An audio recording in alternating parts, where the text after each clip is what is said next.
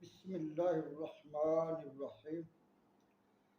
میرے انتہائی قابل احترام بزرگوں، بھائیوں، السلام علیکم ورحمۃ اللہ وبرکاتہ۔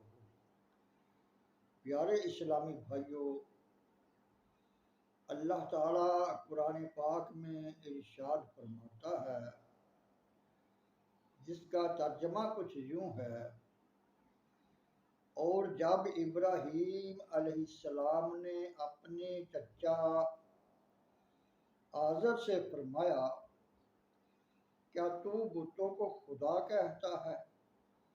بے شک میں تجھے اور تیری قوم کو کھلی گمراہی میں دیکھتا ہوں۔ پیارے اسلامی بھائیوں، حضرت آدم علیہ السلام سے لے کر امام الانبیاء علیہ السلام تک 1,24,000 یا اس سے کم و بیش انبیاء علیہ السلام تک رب کائنات کی طرف سے اپنے اپنے وقت میں نسل انسانیت کی ہدایت و اصلاح کے لیے اس دنیا ہستی میں تشریف لائے۔ ان میں حضور صلی اللہ علیہ وسلم کے جد امجد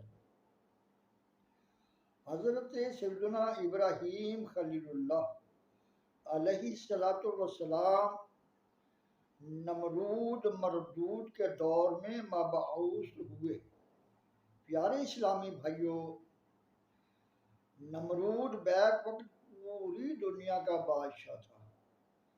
جب اس نے دیکھا کہ ہر طرف میرا غلبہ ہے تو اس نے خدائی کا دعویٰ کر دیا اور ہر طرف اس کی پوجا شروع ہو گئی، حتیٰ کہ ایسا وقت آ گیا کہ پوری روح زمین پر مالک حقیقی کو رب کہہ کر پکارنے والا ایک شخص بھی نہ رہا۔ تو اللہ تعالیٰ نے اپنے پیارے بندے کے بھیجنے کا اہتمام کیا۔ پھر ایسا ہوا کہ ایک رات نمرود سویا ہوا تھا کہ اس نے ایک خوفناک خواب دیکھا کہ آسمان پر ایک ایسا ستارہ نمودار ہوا ہے جس کی روشنی سورج کی روشنی پر غالب آ گئی، یہاں تک کہ سورج کی روشنی بھی مان پڑ گئی۔ چنانچہ اس خواب نے نمرود کو پریشان کر دیا۔ صبح کے وقت دربار لگا تو اس نے تمام قابل و لائق نجومیوں کو بلایا اور اپنا خواب سنا کر کہا کہ جلد اس کی تعبیر بتاؤ۔ تفسیر ساوی میں ہے کہ ان نجومیوں نے نمرود کا خواب سن کر کہا کہ تیرے ملک میں ایک بچہ پیدا ہونے والا ہے جو زمین والوں کے دین کو بدل دے گا، اس کے ہاتھوں سے تیری ہلاکت ہوگی اور تیری حکومت زوال پذیر ہوگی۔ پیارے اسلامی بھائیوں، جب نمرود نے نجومیوں سے یہ تعبیر سنی تو اس نے کل حکم جاری کر دیا کہ اس سال جو بھی بچہ پیدا ہو اسے قتل کر دیا جائے۔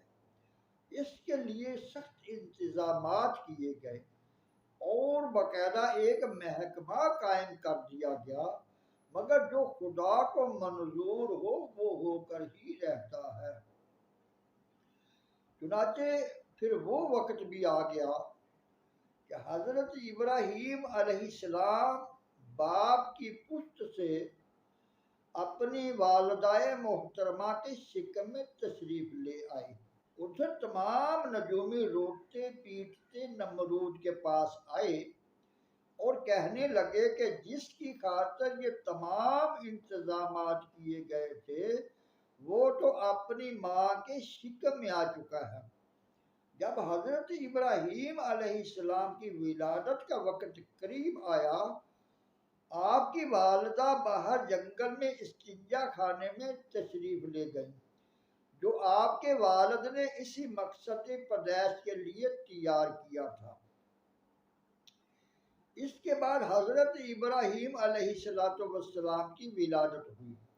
آپ کی والدہ اپنے بیٹے کو دیکھ کر باغ باغ ہو جاتی، مگر جب نمرودیوں کا خیال آتا تو پریشان ہو جاتی کہ کہیں ایسا نہ ہو کہ میرے بچے کو کوئی قتل نہ کر دے۔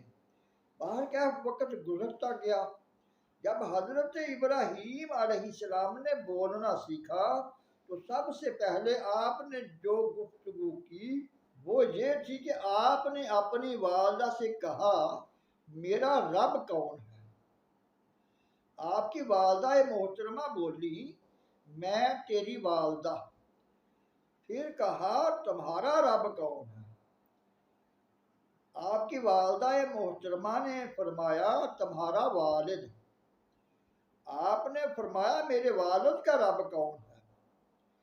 یہ سن کر آپ کی والدہ نے مزید جواب دینے کی بجائے فرمایا، خاموش رہو، اور آپ کو ان کے والد محترم کے پاس لے گئی اور کہنے لگی، جس بچے کے متعلق مشہور ہے کہ وہ زمین والوں کے دین کو بدل دے گا، وہ تیرا ہی بچہ ہے۔ پھر ساری بات بتا دی۔ پھر جب رات ہوئی تو آسمان پر مشتری یا زہرہ ستارہ طلوع ہوا تو آپ نے دیکھ کر فرمایا، جیسا کہ ارشاد باری تعالی ہے، ترجمہ۔ پھر جب ان پر رات کا اندھیرا آیا تو ایک ستارہ دیکھا تو فرمایا، اسے میرا رب ٹھہراتے ہو۔ پھر جب وہ ڈوب گیا تو فرمایا، میں ڈوبنے والوں سے محبت نہیں رکھتا۔ پھر جب چاند چمکتا ہوا دیکھا تو فرمایا، اسے میرا رب بتاتے ہو۔ پھر جب وہ ڈوب گیا تو فرمایا، اگر مجھے میرا رب ہدایت نہ کرتا تو میں بھی انہی گمراہوں میں سے ہوتا۔ پھر جب سورج چمکتا ہوا دیکھا تو فرمایا کہ اسے میرا رب، یہ تو ان سب سے بڑا ہے۔ پھر جب وہ ڈوب گیا تو فرمایا، اے میری قوم، میں بیزار ہوں ان سے جنہیں تم شریک ٹھہراتے ہو۔